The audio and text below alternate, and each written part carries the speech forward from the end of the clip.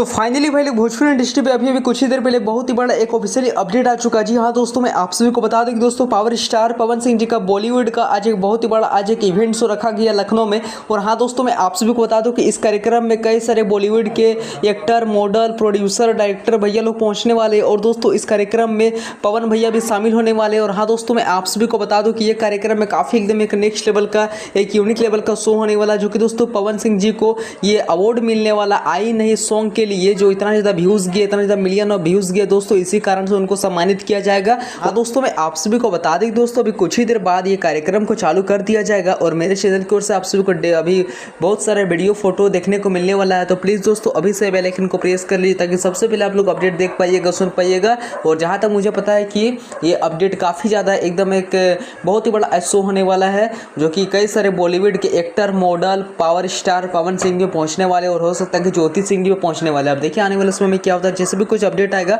मैं आप सभी को अपने चैनल की ओर से प्रोवाइड कर देंगे। तो चलिए मिलते हैं इस नेक्स्ट वीडियो के। Thank you.